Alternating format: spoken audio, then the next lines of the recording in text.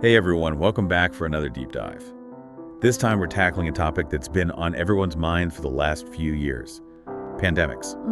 But we're going way beyond the headlines. Yeah, we're going to dig into the long and fascinating and sometimes kind of terrifying history of pandemics. Exactly. We've got research articles, historical accounts, even some firsthand stories from people who lived through these outbreaks. It's amazing how pandemics have shaped the world in ways we don't even realize. So let's rewind the clock, way back to ancient Greece. We've got some sources here that mention a plague in Athens back in 430 BC. Like way before modern medicine, way before we even understood what germs were. Right, and even then they were dealing with these massive outbreaks. Yeah. This Athenian plague was actually happening during a war between Athens and Sparta, the Peloponnesian War. Wow, so they're fighting a war and a pandemic at the same time. That's intense. Yeah, and some historians think that the plague actually helped Sparta win. It weakened Athens so much that they couldn't keep fighting. So a pandemic changing the course of history? That's wild. Absolutely. And speaking of things that look wild, our sources mention these plague doctors with those creepy bird masks. Oh yeah, those outfits are straight out of a nightmare. Did those actually exist, or is that like a Hollywood? Oh, they were totally real. But the costume we think of, the long coat, the gloves, and that beak-like mask, that didn't become popular until the 17th century. So what did they wear before that? Well, during the Black Death, doctors were in such high demand that they were treating plague patients even if they didn't really know what they were doing. I can only imagine. And they wanted to protect themselves somehow, so they started wearing long coats, gloves, and masks filled with herbs. Herbs, really? Yeah, they thought that herbs would purify the air and protect them from the bad air that they believed caused the plague. That's fascinating. So not exactly scientifically sound, but hey, they were trying. Right, and that's something we see over and over again. People trying to cope and adapt even without understanding the science behind these diseases. It makes you appreciate how far we've come, but also realize that we still have a lot to learn. Okay, so we've talked about ancient Greece. Let's jump ahead to one of the most infamous pandemics in history, the Black Death. Ah, yes, the Black Death. It's hard to even comprehend the scale of this pandemic. It swept through Asia, Europe, Africa in the 14th century and killed millions of people. Millions? Like how many millions are we talking? Estimates say up to 200 million. That's a huge chunk of the world's population back then. I can't even wrap my head around that. Yeah. And to think they didn't even know what caused it. Right, they had all sorts of theories. Some blamed miasma, which is basically bad air. I guess with the sanitation back then, that wasn't entirely wrong. True, but others saw it as divine punishment or blamed specific groups like Jews. Sadly, this led to persecution and violence. It's scary how fear and ignorance can be so dangerous. Absolutely. And it took centuries to figure out what was really going on. The Indian Plague Research Commission eventually discovered that rat fleas were spreading the plague. So a tiny flea caused all that chaos. Yeah, and we now know it's caused by a bacterium called Yersinia pestis. And there are actually different types of plague, right? You got it. Bubonic, septicemic, and pneumonic. Bubonic is the most common, affects the lymph nodes. Septicemic infects the blood, and pneumonic affects the lungs and is the most dangerous because it can spread through the air. Okay, so one bacteria, but 3 different ways it can wreak havoc. That's a lot to deal with. Definitely. And it's a reminder that even within one pandemic, you can have different forms of the disease, each with its own challenges. Okay, well maybe we can move away from the plague for a bit and talk about something slightly less gruesome. Well, cholera might not be the change of pace you're looking for. What's the story with cholera? Well, it's caused tons of outbreaks throughout history. 7 major pandemics to be exact, and they all started in India. 7? Wow. What made it so deadly? Was it spread by fleas too? No, cholera thrives in places with bad sanitation and spreads through contaminated water and food. Like if you don't have access to clean water or proper sewage systems? Exactly. And the bacterium Vibrio cholerae causes severe diarrhea and dehydration, which can be fatal if you don't get treatment quickly. One of our sources talks about this guy, John Snow, who traced a cholera outbreak in London back to a specific water pump, like he's a detective or something. John Snow was a pioneer in epidemiology, the study of how diseases spread. He basically mapped out all the cholera cases in London and noticed a cluster around one particular pump. So he just took the handle off the pump. And that stopped the outbreak. It was a huge moment in understanding how public health measures can actually control the spread of disease. It's incredible, one person's observation making such a difference. But the story doesn't end there. Later on, Robert Koch, a German physician, actually isolated the Vibrio cholerae bacterium. So they finally knew exactly what they were dealing with. Right, and that paved the way for better treatments and prevention. Okay, so we've got ancient plagues, we've got cholera. It seems like there's a pattern here. Pandemics lead to fear and confusion. But then science comes in and provides answers and solutions. But even with all our scientific advancements, there's one disease that just keeps coming back. The flu. Influenza. It's a tricky one, constantly evolving, making it hard to control. And of course, there's the infamous Spanish flu of 1918. That one infected about 500 million people worldwide. 500 million? That's like a third of the world's population back then. It was a devastating pandemic. I've always wondered about the name Spanish flu. Why Spanish if it didn't start in Spain? It's kind of a misnomer. During World War I, a lot of countries censored news about the flu. They didn't want to hurt morale. So Spain was neutral in the war. Right, and they reported on the outbreak openly, so people thought Spain was hit the hardest, hence the name. Ah, that makes sense. But what's really strange about the Spanish flu is that it wasn't just the very young and very old who were dying, like you usually see with the flu. Yeah, the Spanish flu was especially deadly to young adults, which is unusual. Why was that? Scientists think older generations might have had some immunity from a similar flu virus earlier in their lives. But for young adults, the virus triggered what we call a cytokine storm. Cytokine storm. That sounds intense. It's basically an overreaction of the immune system. Yeah. Like your body's defenses go haywire and start attacking healthy cells and tissues. So it's like your own body turns against you. In a way, yeah. It's a scary thought. But the Spanish flu wasn't the last flu pandemic, was it? Didn't we have the swine flu scare a few years ago? Oh yeah, the 2009 swine flu pandemic caused by a new H1N1 virus. Was that as bad as the Spanish flu? Luckily, no, Yeah. but it did spread incredibly quickly. One thing I remember from that time was all the conflicting information. Like one day it was, this is going to be the next Spanish flu, and the next day it was, don't worry, it's not that bad. Yeah, that's the phenomenon of panicdemics, where the initial warnings and predictions don't match up with the reality of the outbreak. I can see how that would be frustrating and confusing for people. Absolutely. It highlights the importance of getting information from credible sources like public health organizations and scientific experts. Sound advice. It's important to stay informed, but also be critical of what you're hearing. Okay, so we've covered a lot of ground here. From ancient plagues to modern flu pandemics, it seems like these outbreaks are a recurring threat throughout history. So what's being done to prepare for future pandemics? Well, the World Health Organization is actively working on pandemic preparedness. They have something called the R&D Blueprint, which focuses on identifying and researching potential threats. So they're trying to stay ahead of the game. As much as possible. They even have a designation for Disease X, a placeholder for an unknown future pathogen that could cause the next pandemic. Disease X sounds kind of ominous. It might sound like science fiction, but it's a real possibility. The idea is to be prepared for anything, even a disease we've never seen before. Okay, so we're in a constant race against these microscopic enemies. You could say that. But the good news is we're getting better at this race. We've learned a lot from past pandemics, and we're constantly developing new tools and strategies to combat them. Okay, so before we move on, can you give us a quick recap? What are some common threads that run through all these outbreaks? What are the key takeaways? Well, one big one is the role of animals.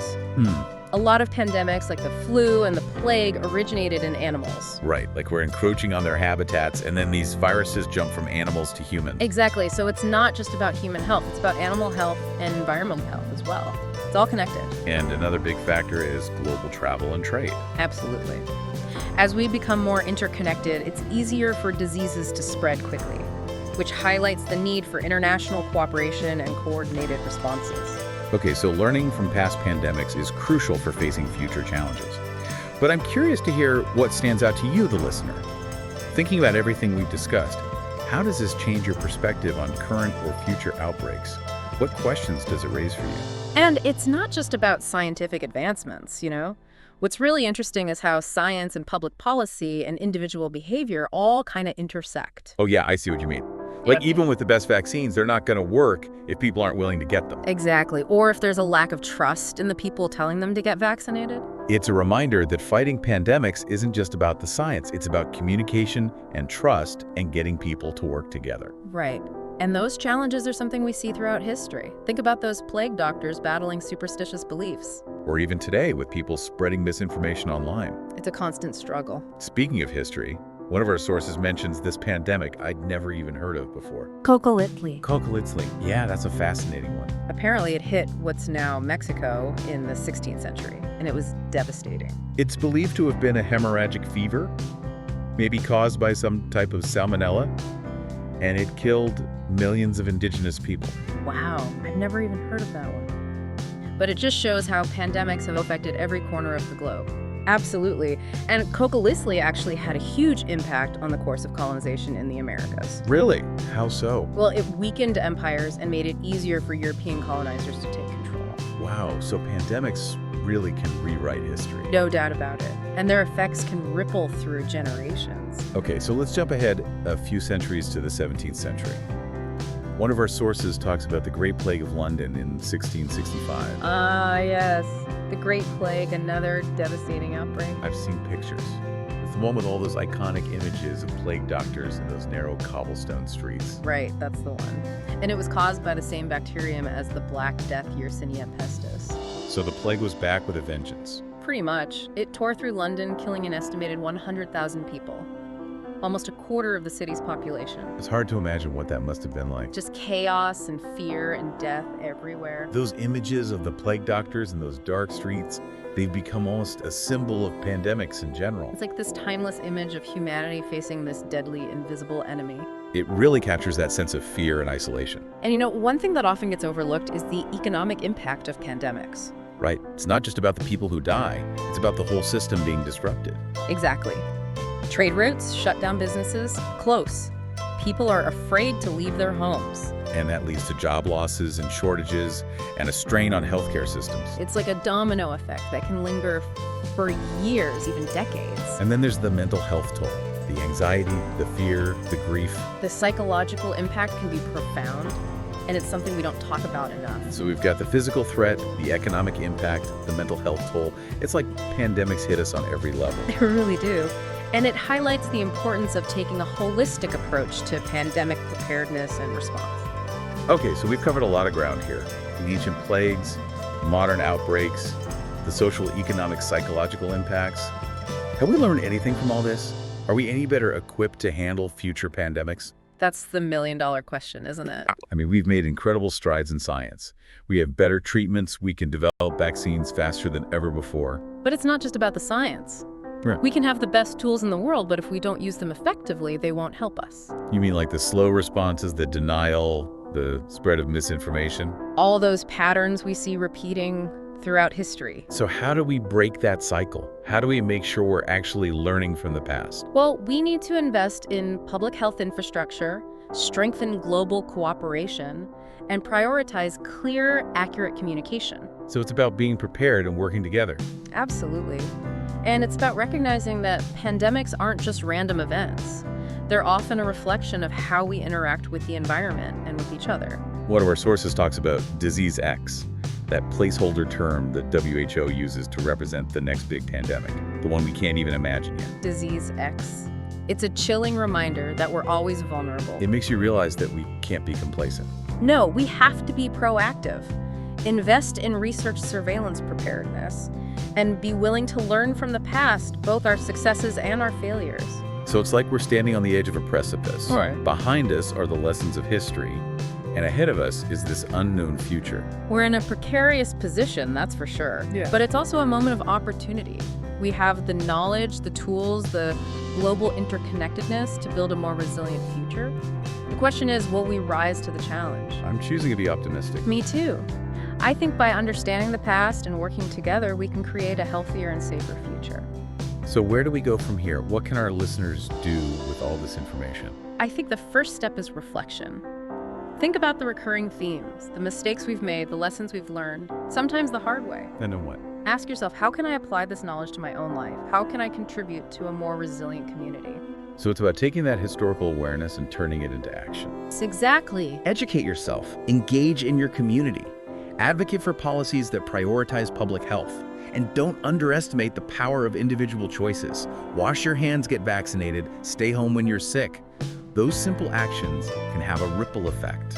It's about recognizing that we're all in this together, that our actions have consequences. We are all part of this intricate web of life, and we have a responsibility to protect ourselves, our communities, our planet. That's a powerful thought. It's not just about surviving pandemics, it's about thriving in the face of them. And it's about building a future where we're not constantly reacting to outbreaks, but proactively creating a world where we're healthier, safer, and more resilient. Okay. So before we wrap up this part of our deep dive, I'm curious to hear your thoughts. How has this exploration of pandemics changed your perspective? Has it sparked any new insights or concerns for you? You know, for me, it's really reinforced the idea that history is a valuable teacher. By studying the past, we can gain insights into the present and prepare for the future. I love that. It's not just about memorizing dates and names, it's about extracting the wisdom embedded in those stories. Exactly.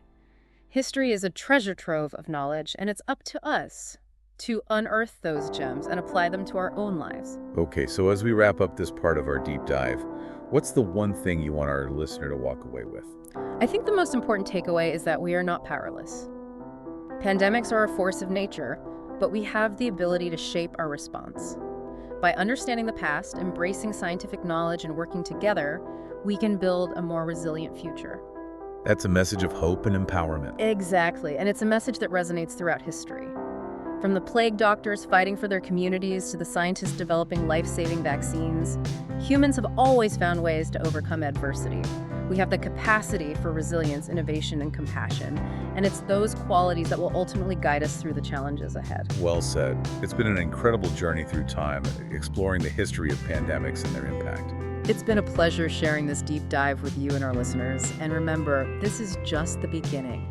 Keep exploring, keep learning, and keep those brains buzzing. That's a wrap for part 2 of our deep dive.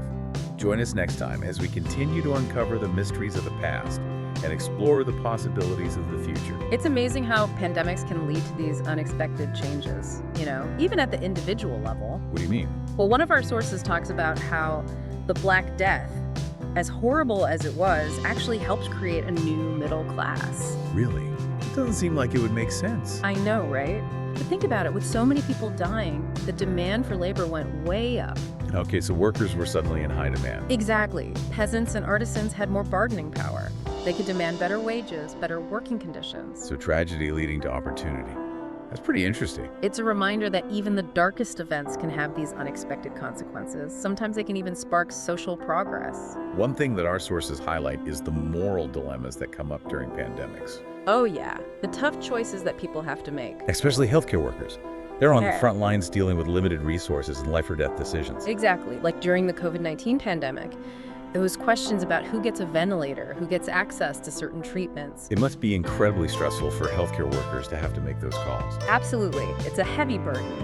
And it highlights the need for clear ethical guidelines and support systems for healthcare workers. But it also raises these bigger questions for society as a whole, doesn't it? Definitely. Like, what are our values?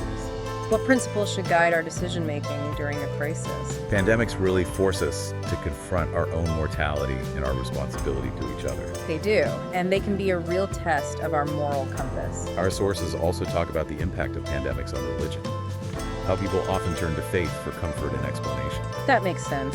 When you're facing so much uncertainty and suffering, it's natural to seek meaning and solace. And religion can provide that for a lot of people.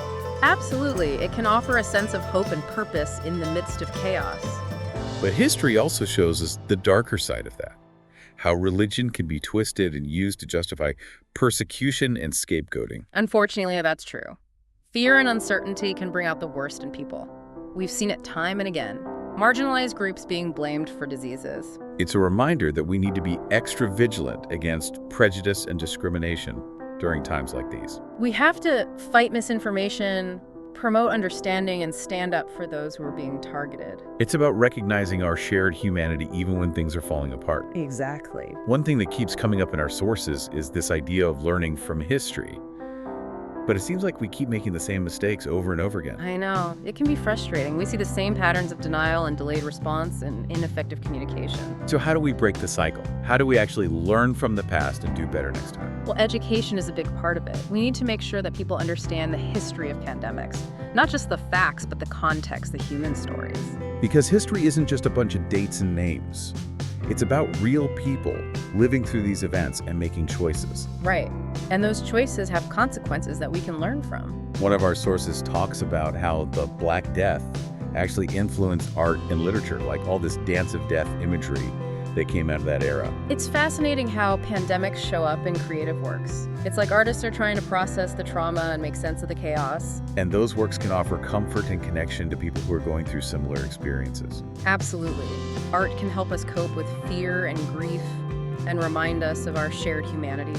As we've been going through these sources, I've been really struck by the interconnectedness of it all. How pandemics are woven into every aspect of human history. It's true, they're not just isolated events. They influence everything from art and religion to economics and social structures. So to wrap up this deep dive, Yeah. what's the main message you want our listeners to take away? I think the most important message is one of hope and empowerment. Pandemics are a part of our shared history, and they're not going away. But we're not powerless. We can learn from the past, we can embrace scientific knowledge, and we can work together to build a more resilient future. It's about being proactive, not reactive, and recognizing that we have the power to shape our own destiny. Exactly. We don't have to just sit back and wait for the next pandemic to hit. We can create a world where we're healthier, safer, and more connected. Well said. Thank you for joining us on this journey through the history of pandemics. It's been a pleasure diving deep with you and our listeners. And remember, this is just the beginning. Keep exploring, keep learning, and keep those brains buzzing. That's it for this episode of The Deep Dive.